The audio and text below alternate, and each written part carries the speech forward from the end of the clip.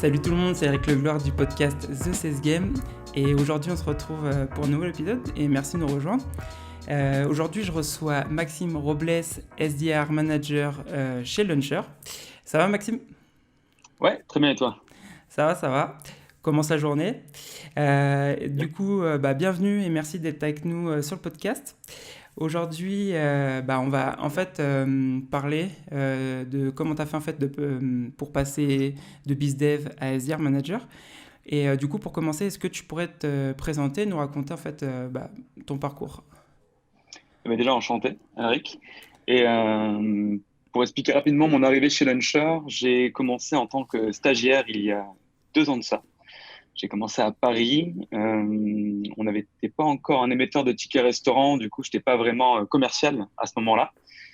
Et suite à ça, j'ai suivi sur une alternance à la Montpellier Business School, donc école de commerce à Montpellier, groupe Subdeco, pour ensuite passer chef d'équipe de l'équipe commerciale pour, une fois arrivé à la fin de mon alternance, passer SDR manager.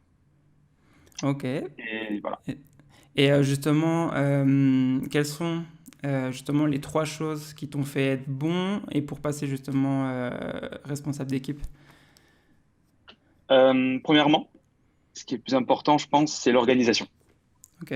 Aujourd'hui, ce qui m'a permis de surperformer sur certaines phases commerciales, c'est l'organisation. C'était de structurer mes journées, de préparer mes mails la veille, de m'organiser à travers les CRM, donc nos outils à disposition dans l'équipe commerciale, et structurer ma journée. C'était déjà la chose la plus importante pour moi pour justement avoir une belle visibilité sur le commerce et le business de manière générale. Par exemple, le matin, je ne faisais que des appels à froid de 9h30 jusqu'à midi, histoire de me réveiller. Je me prenais quelques ports de bon matin, ça me permettait de mettre dans le mood de la journée. Et suite à ça, deuxième point, la ténacité. Le fait de ne rien lâcher. C'est la posture du 100%.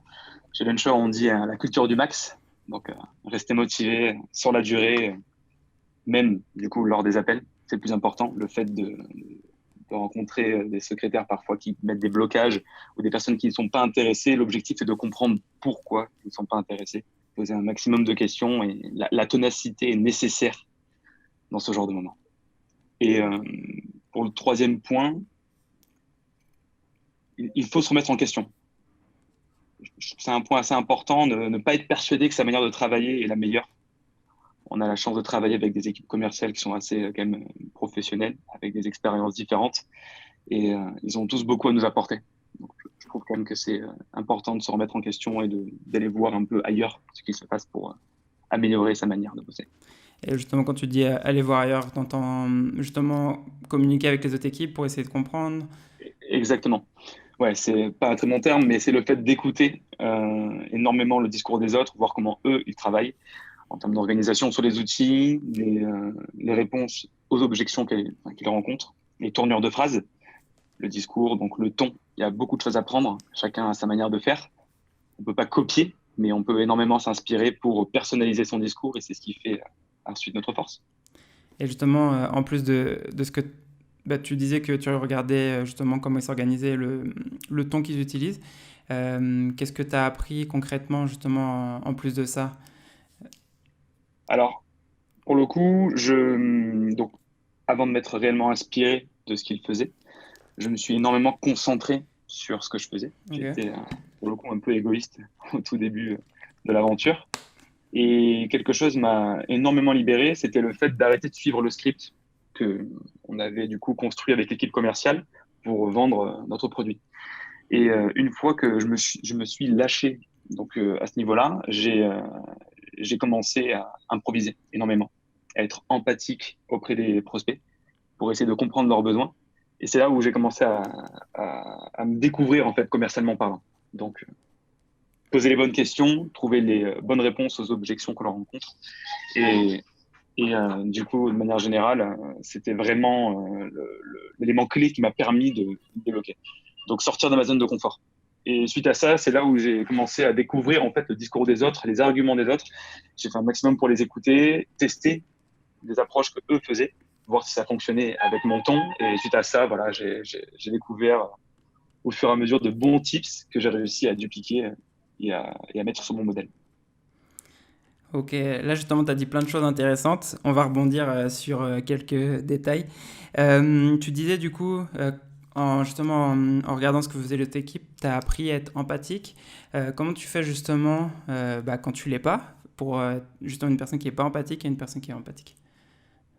Alors pour le coup, ne pas être empathique auprès du prospect, c'est très problématique pour le coup, parce Ok, qu'on c'est très machinal. On appelle les gens, on lit le script, on ne fait pas attention à ce que, enfin, attention à leurs besoins. On ne sait pas ce que le client rencontre aujourd'hui comme problématique avec sa solution. Et simplement, on ne fait pas attention on fait pas attention à tout ça. Et on lit la description du produit. Enfin, c'est ce que je faisais à l'époque. En tout cas, je lisais la description du produit. Je posais pas de questions pour savoir si la personne avait compris ce que j'avais dit. Et mon intérêt, c'était juste d'arriver à la dernière phrase de mon texte et d'en terminer. Et, euh, et justement, le fait d'avoir enlevé cette fiche-là, ça m'a permis de découvrir en fait qu'en face de moi, il y avait une personne. De me dire, voilà, il attend quelque chose de moi. Et c'est là où j'ai justement pris la peine de poser des questions, parce que c'est ce qui me permettait de me retrouver dans mon script, en quelque sorte, indirectement, sur ce que je connaissais du produit. Et c'est à ce moment-là où on voit la différence. Parce que on n'a pas juste quelqu'un au téléphone qui va vendre son produit, on va avoir quelqu'un qui croit en son produit, qui est fier de son produit et qui va justement personnaliser son discours pour convaincre le prospect. Et franchement, j'ai vu deux, trois personnes dans l'équipe commerciale de chez Launcher qui fonctionnaient comme ça à l'époque et qui ont justement personnalisé leur discours en arrêtant de suivre le script. Et les gens se révèlent, tout simplement. À travers l'improvisation, à travers tout ça, ils deviennent plus empathiques parce que c'est nécessaire pour répondre du coup aux besoins des prospects. et justement, comment tu peux nous donner un exemple concret en fait de quand quand tu personnalises ton discours? C'est très simple. La première question que l'on pose déjà à notre prospect quand on fait un appel à froid ou même quand on a Mhm. une demande entrante, Ok. c'est de savoir sur quel format il est aujourd'hui en titre restaurant. Bon, pour t'expliquer rapidement, Launcher, on est un nouvel émetteur parce que c'est aussi la peine, c'est nécessaire de le dire. On a un nouvel émetteur de tickets restaurant, donc 100% dématérialisé. On propose que de la carte.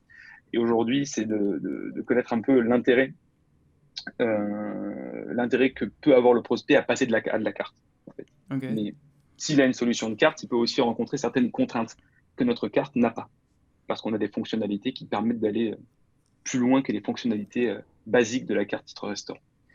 Et donc cette question nous permet en fait déjà de base de savoir s'il a du papier ou de la carte, quel argument on va mettre en avant. Et ce genre de questions, je ne le posais pas forcément avant. Bon, si aujourd'hui je dis ça à mon directeur commercial, il va me taper sur les doigts parce qu'aujourd'hui c'est une nécessité, on est Oui, obligé oui. de poser ce genre de questions. Et, et c'est ces petites questions que l'on va poser au fur et à mesure de la présentation de notre produit qu'on va orienter notre discours par rapport aux besoins et par rapport à ce que nous remonte notre prospect au niveau des questions qu'on lui pose.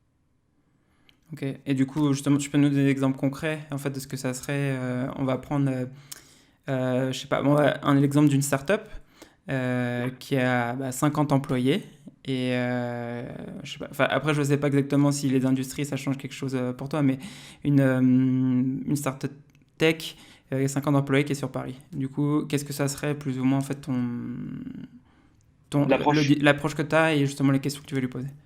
bien sûr. Bah déjà, premièrement, la question de savoir sur quel format il est, Ok. papier ou carte. Imaginons que cette personne-là, donc la société en question, a du papier. Lui expliquer tous les avantages déjà qu'il a passé à de la carte. Le format de carte est bien plus intéressant pour l'employeur sur la gestion, sur le gain de temps, mais également sur l'argent par rapport, par rapport aux frais de rechargement. On a une tarification qui est un peu particulière qui permet en quelque sorte de faire des économies auprès des entreprises. Et suite à ça, on va mettre en avant l'avantage de la carte de manière générale par rapport au papier. Le fait de payer au centime près, par exemple. Aujourd'hui, avec le ticket restaurant papier, si jamais le plat coûte 8,90 €, ben, et que tu as un ticket restaurant de 10 euros, tu te retrouves avec 1,10 € d'avoir où on ne te rend pas la monnaie si le restaurateur ne fonctionne pas comme ça. Et pour le coup, la carte permet de payer directement 10 euros tout rond. Et en dehors de ça, on met en avant les fonctionnalités de notre carte Launcher. Donc, on a le fait de pouvoir payer au-delà de 19 € par jour, le fait d'avoir plusieurs cartes reliées au même solde de ticket restaurant, des cartes non nominatives pour les contrats courts, intérimaires et autres.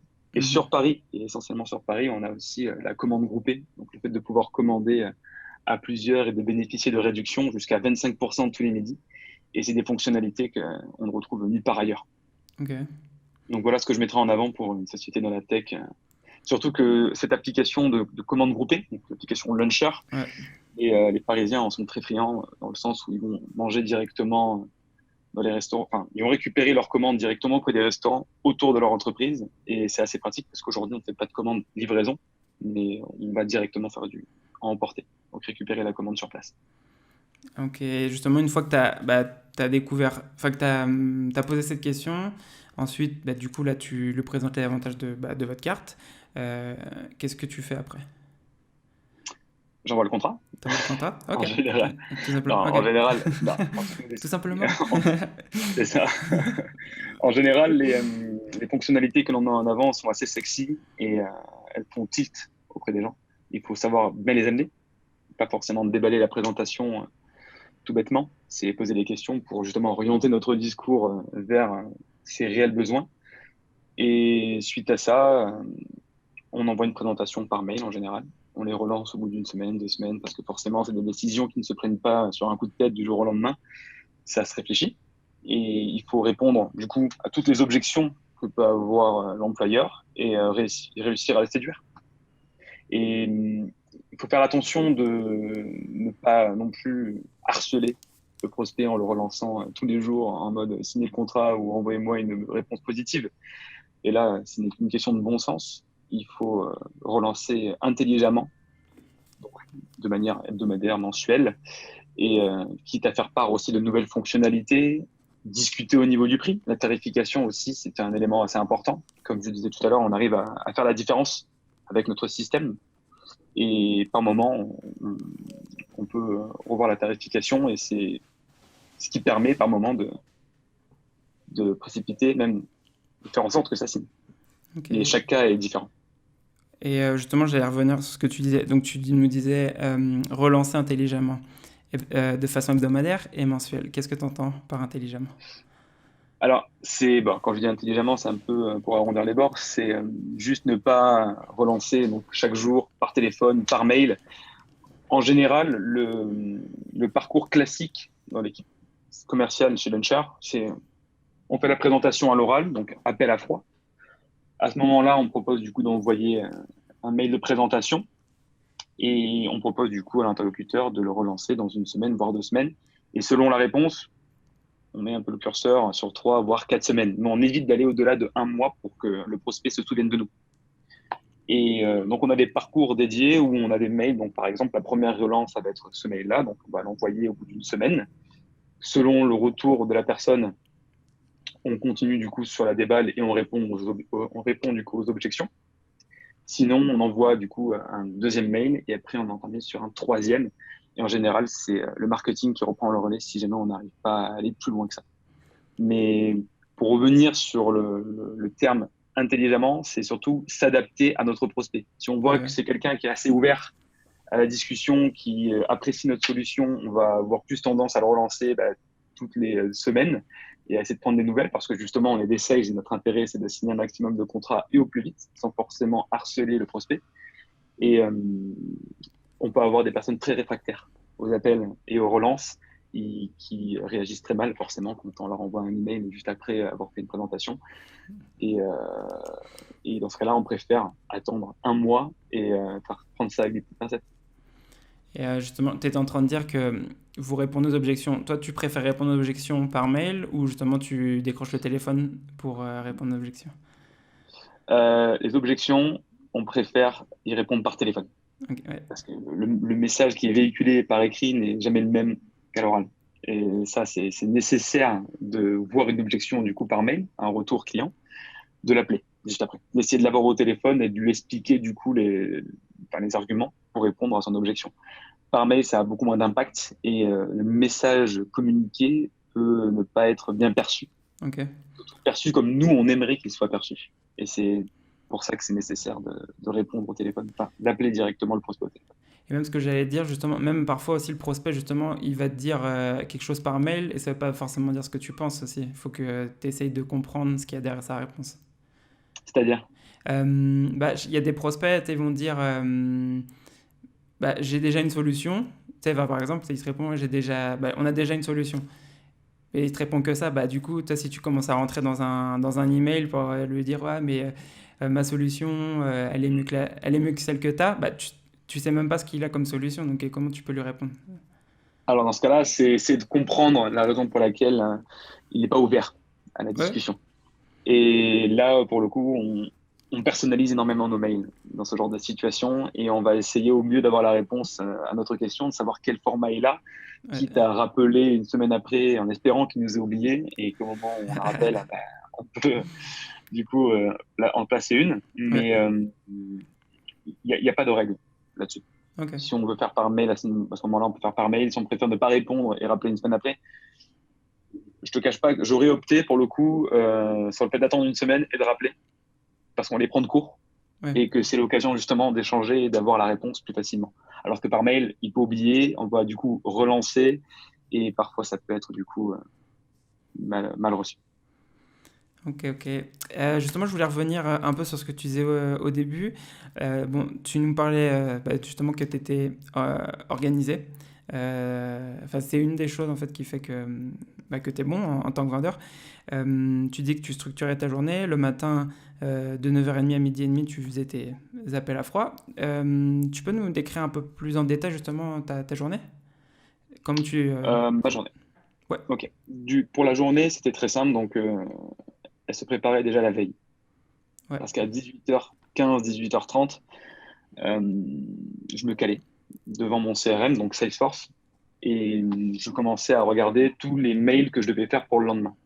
Donc en général, on a entre 80 et 100 tâches donc de relance par jour. ok, Et sur ces 80 100 tâches, on avait toujours une dizaine qui étaient par mail. Donc des relances mail suite à une présentation ou des mails dits abandon, c'est quand des personnes ne nous répondent plus du tout. Dans ce cas-là, on envoie un mail qui s'appelle le mail de l'alligator. C'est en gros une question à choix multiples. Je vois que vous n'avez toujours pas répondu. Première réponse, c'est que vous avez été dévoré par un alligator. Réponse numéro 2, c'est que vous avez réussi à échapper. Troisième réponse, c'est que vous êtes juste pas intéressé par Launcher. Dans ce cas-là, dites-le moi à l'écrit et au moins tout le monde est content. Et c'est une approche qui est très appréciée de nos prospects quand on n'a pas de réponse. Et c'est du coup le dernier mail que l'on envoie. Bref, je uhum. me suis un peu égaré. Et Mais justement, tu as beaucoup de réponses sur cet email-là? ouais, essentiellement des réponses négatives, Mhm. mais ça nous permet de savoir pourquoi notre prospect ne veut pas avoir de ticket restaurant. Et c'est ce qui permet du coup à notre équipe Sales Ops et Marketing d'orienter un peu plus nos mails et nos approches. Ok, Donc pour le coup, ce mail est très intéressant à placer dans le parcours de traitement. Pour revenir sur les tâches, on en a 80, 100 par jour. Et donc, ok, comme je disais, il y avait une dizaine par mail. 18h30, 18h15, je commençais à préparer les mails que j'allais envoyer le lendemain matin. Donc, je rentrais chez moi. Le lendemain matin à 9h, je commençais du coup à envoyer tous mes mails. Je préférais l'envoyer le matin parce qu'en général, la première chose que l'on fait le matin, c'est qu'on ouvre notre boîte mail, on prend un peu de temps pour y répondre et c'est là où j'avais le plus gros taux de réponse. ok, À 9h30, 9h20, on lance l'école. Donc là, les appels à froid, ça démarrait du coup toute la matinée et comme je disais, histoire de se réveiller un peu, de se prendre des murs et des portes, ça fait du bien. Et mine de rien, ça crée un matelas. Parce que quand on arrive à avoir quelques personnes et à faire des présentations, c'est des relances que l'on va du coup positionner sur les jours et les semaines à venir. Euh, Arrivé midi 15, je prenais le temps de répondre aux mails, donc retour des prospects qui m'ont répondu aux mails du matin. ok, Donc je prends 10-15 minutes avant d'aller chercher à manger. 14 heures, je reprends et là, je prends la partie relance, donc présentation, relance contrat, relance commande aussi. On doit faire en sorte que que nos clients valident leur commande. Et c'était 2 heures de ma journée, donc 14 heures, 16 heures, où c'était de la relance dite chaude. Donc les gens m'attendent, ils savent que je les ai déjà appelés et ils savent aussi que je vais les rappeler. C'est un petit moment de détente, forcément, voilà, c'est de 14 heures à 16 heures, le mood est bien plus tranquille. Et arrivé 16 heures, on reprend les appels à froid pour bien clôturer la journée et pour recréer du matelas jusqu'à 18h, 18h15. Et après, la boucle est bouclée. On reprend sur la création de mails pour le lendemain.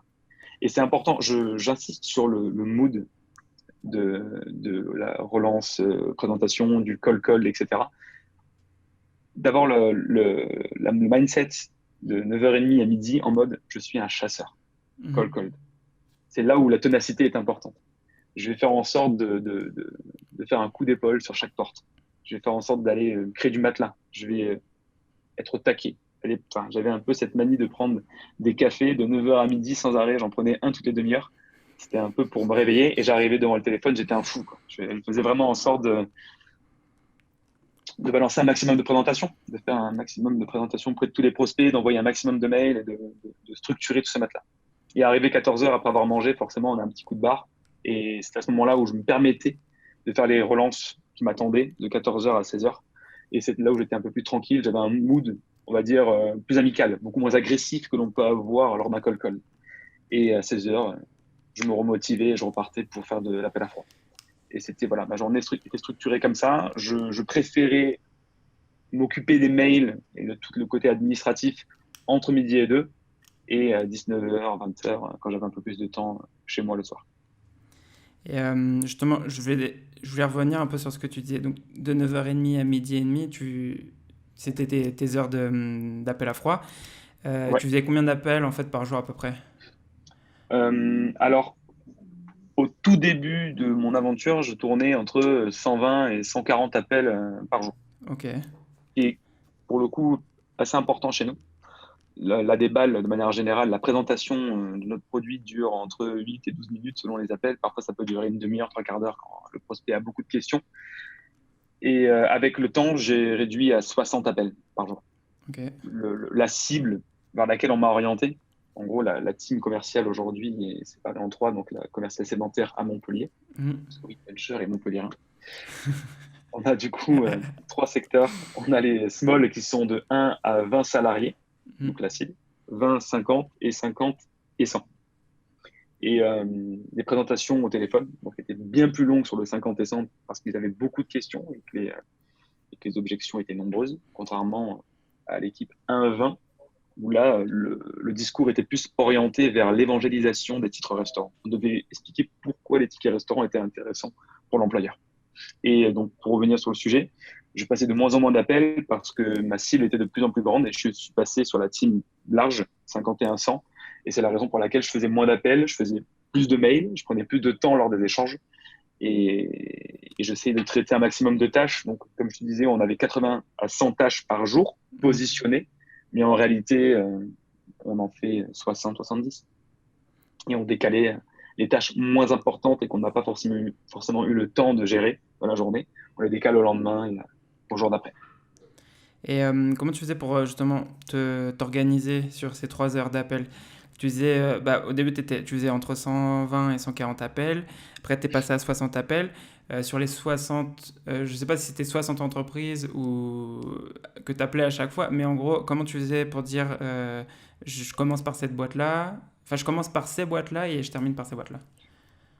Alors, ça, c'est une question de nomenclature, Ok. tâche. En gros, on a des spécificités pour chaque type de relance.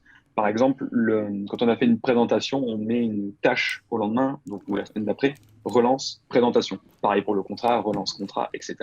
Et pour les appels à froid, on avait du coup une tâche qui s'appelait call, donc appel à froid. Et ensuite, le motif de la non-réponse. Donc, par exemple, NRP pour ne répond pas, Mm. ABS pour absent et pas dispo pour pas dispo. Et on se repérait grâce à ça. Et on savait du coup combien de fois la personne ne nous avait pas répondu. Donc, par exemple, il y avait écrit call, NRP 4. Et selon un parcours dédié, qui correspond du coup à chaque catégorie de relance, donc relance présentation, relance contrat, etc., on savait quel mail envoyer à quel moment. Donc, si le call NRP 3, donc il m'a pas répondu 3 fois, ne me répondait pas encore une fois, j'ai envoyé un mail dédié, donc un mail à froid pour expliquer du coup ce qu'était Launcher, etc. Et c'était du coup la structure que l'on utilisait, et même encore aujourd'hui, avec Aircall, donc, qui est directement intégré sur Salesforce, et qui nous permet d'avoir cette organisation au quotidien et de nous repérer en fait sur le business. En gros, dans la journée, on est face à notre CRM, la liste de nos tâches donc, est affichée, et on sait du coup repérer une tâche à froid, une tâche relance présentation, relance contrat, etc. Et on organise nos journées comme ça. Ok. Et justement, bah, tu parlais d'Aircall, c'était ma question suivante. Et pour revenir aussi à ce que tu disais tout à l'heure, tu disais que ton organisation, en fait, ça passait par les outils que tu avais.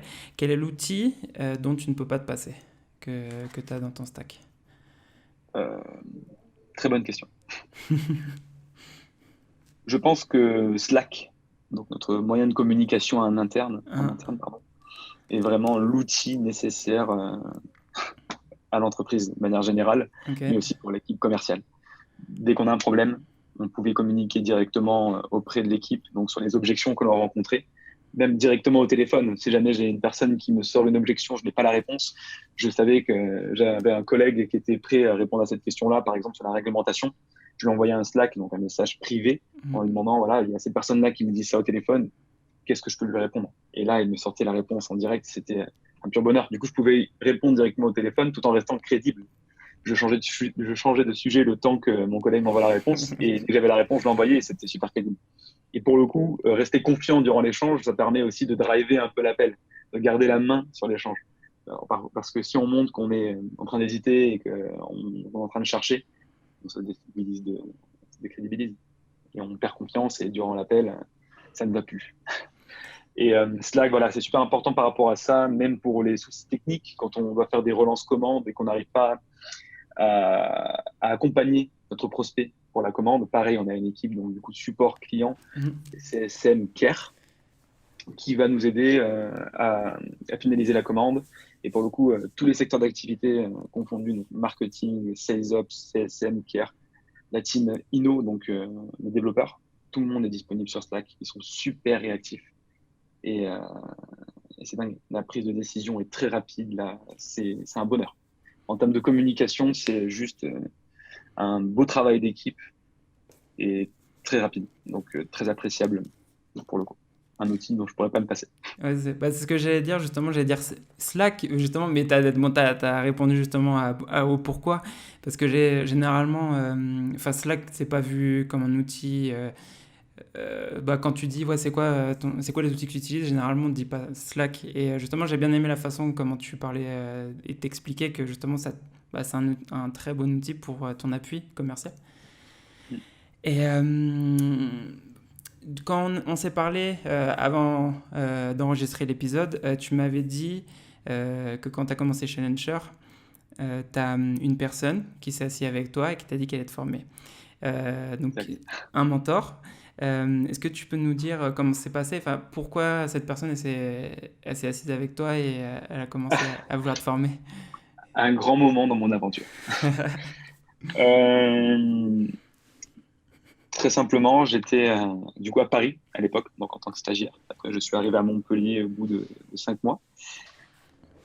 J'étais en train de trier à l'époque les Excel qui étaient, enfin, qui concernait les premières commandes de cartes. Donc, quand on est devenu un émetteur de tickets restaurant en février 2018, on recevait les commandes des cartes de tickets restaurant et on devait les gérer sur l'Excel. On n'avait pas d'outils pour pouvoir organiser tout ça.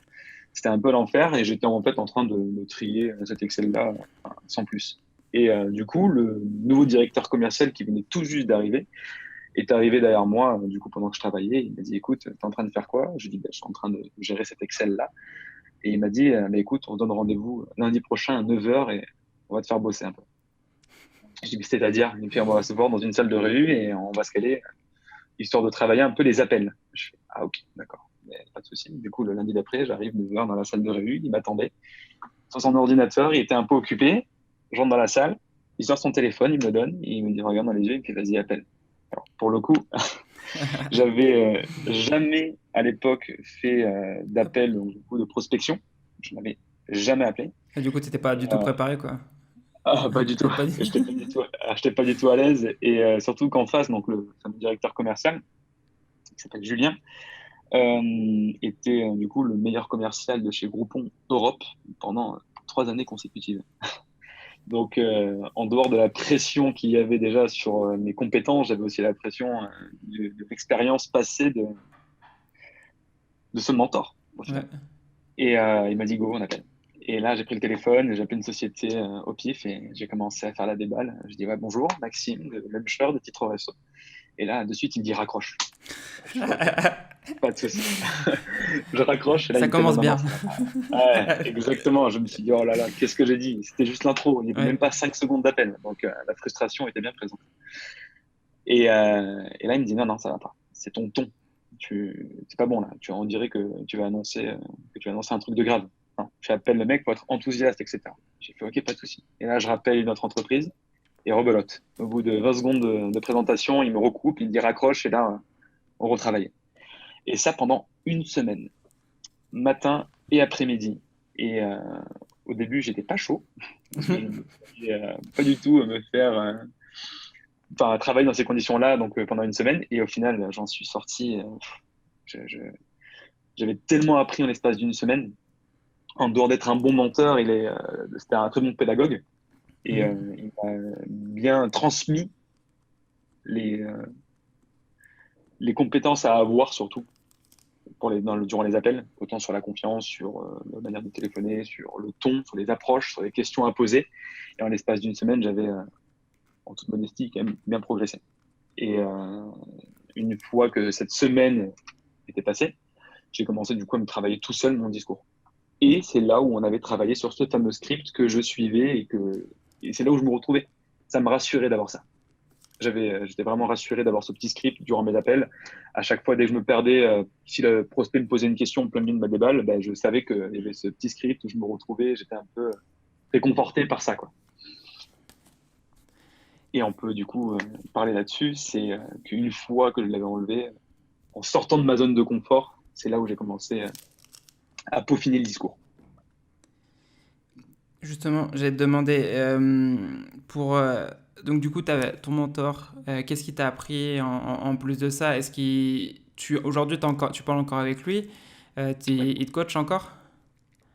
Alors non, Ok, enfin, c'est difficile de dire coacher, mais il y a eu un intermédiaire entre nous il y a pendant quelques mois. En fait, il était mon N+1 à ce moment-là. ouais. Il était mon directeur commercial et j'étais le seul commercial de Launcher à l'époque. Et sédentaire en tout cas. Ouais. Et au fil des mois, on a eu un autre manager qui gérait l'équipe sédentaire à Montpellier, donc le bureau que j'avais rejoint à mon 6e mois de stage. Et donc, c'est devenu mon N+2. Et donc là, récemment, c'est redevenu mon N+1. Et pour le coup, j'échange quotidiennement avec lui, mais là, c'est plus un accompagnement sur le management plutôt que sur le commerce. Et pour revenir sur ce que tu disais, la zone de confort, tu en as parlé 2 fois, voire 3 fois, je crois, pendant là, C'est ça. l'épisode. Alors, j'ai une question sur ça, c'est comment tu fais pour sortir de ta zone de confort? Alors, pour sortir de sa zone de confort, euh, Enfin, qu'est-ce que c'est tu fais, toi? important Qu'est-ce que tu fais, toi, pour pour sortir sortir de... de ma zone de Ouais, confort. ouais. Alors, l'expérience que j'ai vécue par rapport à la sortie de cette zone de confort, c'était donc par rapport à ce script, où là j'ai commencé à découvrir les questions, etc. Mais ce qui est important de faire aussi, c'est de tester de nouvelles choses, des nouvelles approches, des, euh, des, euh, des nouveaux outils, des nouvelles stratégies pour aller attaquer directement le prospect, commercial, pour vendre directement notre produit. Et tester de nouveaux tons aussi. Le fait d'être beaucoup plus enthousiaste, le fait d'être beaucoup plus sérieux, ne pas forcément s'adapter au ton du prospect.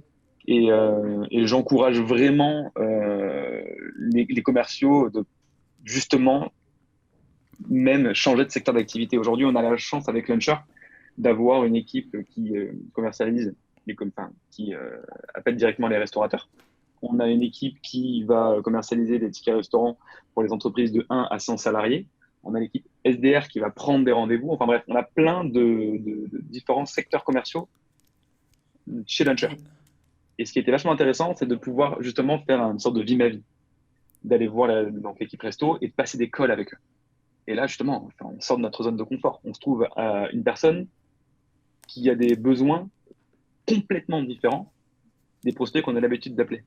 Et c'est justement là où on voit notre faculté à s'adapter, à avoir justement de personnaliser le discours, de poser les Ouais. bonnes questions. On connaît la rue, on a les réponses, même quand on est dans une autre équipe. Et c'est pour ça que quand on appelle le restaurateur, alors qu'on a l'habitude d'appeler toujours des DRH, etc., dans les grosses entreprises, on se retrouve à un mec qui est franco et qui arrive et qui fait bon, qu'est-ce que tu veux, quoi? Pourquoi tu m'appelles? Et là, on se retrouve à une personne qui a un discours complètement différent. Et le plus difficile, voilà, c'est de se dire bon, qu'est-ce que je vais lui dire à ce mec? Je sais ce que je dois lui vendre, Ouais. je ne l'ai jamais fait, mais je vais savoir comment poser les bonnes questions. Et c'est là où on retrouve l'empathie. Mhm. Parce que le fait d'être empathique, on va essayer de poser les bonnes questions pour comprendre le besoin du mec. On n'est pas là juste pour lui vendre un produit parce qu'on veut vendre le produit. On a la chance chez Launcher de cultiver le, la croyance en notre produit. On est tous convaincus de notre produit Ouais. et c'est ce qui fait qu'on a toujours les réponses à nos prospects, qu'importe le prospect. C'est un restaurateur ou un DRH d'une grosse entreprise, on saura quoi lui répondre. Parce qu'on croit en notre produit, qu'on posera les bonnes questions pour justement trouver ce dont il aura besoin chez Launcher. Ok, justement pour revenir à ce que tu disais, donc tu disais que tu testais des nouvelles approches, justement ça me fait penser, là hier, pardon, justement c'est ce que j'ai fait. Là ça faisait en gros 3 mois que j'ai commencé dans la boîte où je suis, ça, quasiment 3 mois que j'ai commencé, D'accord. pardon, et on va dire que mes structures de mes mails, les sujets de mes emails, c'est toujours les mêmes. Et ce week-end, en fait, j'ai regardé des vidéos pour justement avoir des nouvelles idées. Et j'ai commencé hier à faire ça, d'échanger les sujets, changer la structure de mon email. C'est pas vraiment un gros changement, mais c'est juste que j'ai rajouté deux, trois choses. Et hier, il y a une boîte. Ouais, moi, je prospecte pas des petites structures. Je prospecte des structures qui ont plus de 500 employés. Hier, Mhm. j'ai prospecté une boîte qui avait plus de 15 000 employés. Et j'ai envoyé 4 mails. euh, un au directeur général, un au directeur des ressources humaines, un au directeur marketing et un à celui qui est en dessous du directeur des ressources humaines. J'ai eu 100% d'ouverture sur les mails et j'ai eu 3 réponses. Et justement, juste pour rebondir sur ce que tu disais, je pense que parfois, quand tu es dans ta routine de tous les jours, justement, faut se dire qu'il faut changer un peu les choses justement pour essayer des nouvelles choses et pour voir que ce que tu fais, bah, ça peut t'améliorer. Et comme ce que tu disais, moi, j'ai pas cette chance-là d'avoir plusieurs équipes justement pour aller voir comment tu fais dans une équipe commerciale. Mais je pense que de nous-mêmes, tu dois aller voir d'autres choses et tester des nouvelles choses pour sortir de ta zone de confort et pour voir que tu peux avoir des résultats différents. C'est ça, C'est... clairement. Et pour le coup, ouais, il y a pas mal d'idées qui, qui sont présentes dans l'équipe. Et la raison pour laquelle c'est très intéressant d'avoir une équipe commerciale du coup centralisée. Yep. Aujourd'hui, on a pas mal de secteurs différents et on peut directement aller les voir pour justement prendre ces idées. Donc, Ah ouais, faut en profiter quoi. C'est ouais, clairement, et je pense c'est que c'est ça. ce qui te permet de se dire aussi. Je pense que enfin, là en fait, je suis en train de me rendre compte sur ce que tu étais en train de dire. euh, que justement, moi, je suis vraiment fermé dans ma façon de voir les choses parce que j'ai une seule façon de faire les choses. Et je pense que c'est bien aussi des fois de se remettre en question, comme ce que tu disais au début, justement, ça fait partie d'une des choses justement d'un bon commercial. Je pense que c'est se remettre en question tous les jours et, euh, Mhm. et de se dire qu'est-ce que je fais mal, enfin qu'est-ce que je pourrais améliorer, même si tu as des bons résultats, parce que tu peux toujours t'améliorer en soi. Et surtout, qu'importe le poste que l'on peut avoir aujourd'hui, la prise d'initiative, par exemple, quand j'étais à l'époque dans le secteur inside, j'avais mon N+1, mon N+2 qui me donnaient du coup les objectifs à atteindre. Mais en parallèle, j'avais envie d'amener des choses. Ouais. Je voyais des outils que l'on pouvait utiliser, j'avais envie de proposer d'autres choses. Et c'est justement en sortant de mon quotidien et en testant d'autres choses que j'ai réussi à apporter des, euh, des propositions intéressantes.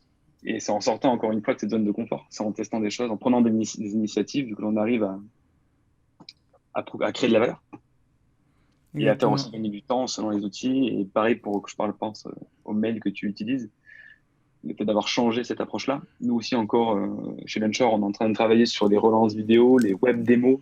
Pour aller un peu plus dans le concret, c'est le fait de partager notre écran avec notre prospect, donc en visioconférence, Ok. et en présentant la plateforme à notre client. Automatiquement, ce que lui, il va vivre comme expérience quand il aura notre solution Launcher, si jamais il signe, bien sûr.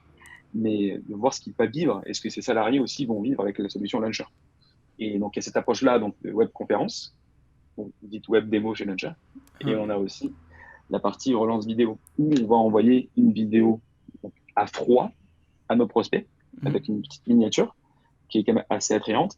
Ils vont cliquer dessus Et automatiquement, ils auront une présentation de notre plateforme et tout l'intérêt qu'ils ont à passer chez nous, etc. Et le fait de tester ça, on voit que ça fonctionne. On a encore plein de choses à améliorer, Ouais, mais clairement. c'est justement l'intérêt du test and learn, quoi. On teste plein de choses différemment. On responsabilise un maximum les collaborateurs pour qu'ils testent des choses. On leur demande même de prendre des initiatives au quotidien sur les approches, etc. Et test and learn. Et sauf que quand on est 40, voire 50 à tester plein de choses, ça avance très vite. Ce que j'allais dire, ça avance vite. Je pense que vous êtes tous à tester. Et je pense aussi que tester, Ça. ça te permet de sortir un peu de ton. Parce que je pense que le rôle de commercial, t'arrives souvent peut-être dans des routines où justement bah, toutes les semaines elles se ressemblent. Et je pense que ça t'aide à justement sortir un peu de ta routine et de Ouais. ta zone de confort. Mm. Et Et même le fait justement, de responsabiliser, ça fait du bien. C'est un exact. fait. Et ça permet de voir un peu l'impact que tu peux avoir dans ton équipe, en dehors de ton business, de manière individuelle. Et pour revenir sur justement, bon, tu disais que tu avais un mentor du coup qui t'a beaucoup aidé justement à te former Au départ, ouais. au départ. Est-ce que tu as d'autres, tu utilises d'autres moyens en fait pour te développer? Est-ce que tu lis des livres ou tu écoutes justement des podcasts ou tu lis des Ouais. blogs? Et tu pourrais nous Alors, partager ce que tu consommes, quoi. complètement. En dehors du mentor que j'avais eu, déjà premièrement, en dehors de tous les livres, podcasts et autres, j'ai eu un deuxième mentor en fait dans l'évolution que j'ai eue quand j'étais business développeur à Montpellier, donc Vincent, qui est arrivé manager de la team Inside commercial donc à Montpellier en octobre 2018. J'étais en plein milieu de mon alternance et pour le coup, il m'a énormément aidé sur le plan humain et autant sur la présentation commerciale. C'est d'ailleurs lui qui m'a invité à enlever ce script et qui m'a permis justement de me révéler dans mes débats commerciaux.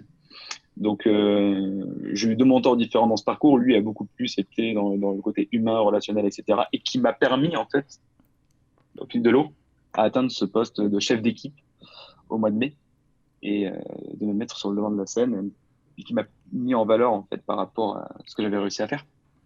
Donc, encore une fois, je suis très reconnaissant auprès de ces deux mentors qui m'ont énormément aidé dans ce parcours. Pour ce qui est des podcasts et des livres, pour le coup, il y a des tiens, premièrement. Ah bah, Mine de ça fait rien, plaisir. mine de rien, aujourd'hui, je gère une équipe de SDR et un podcast qui a énormément plu à l'équipe, c'est celui que tu as pu avoir avec PL de Tiller System.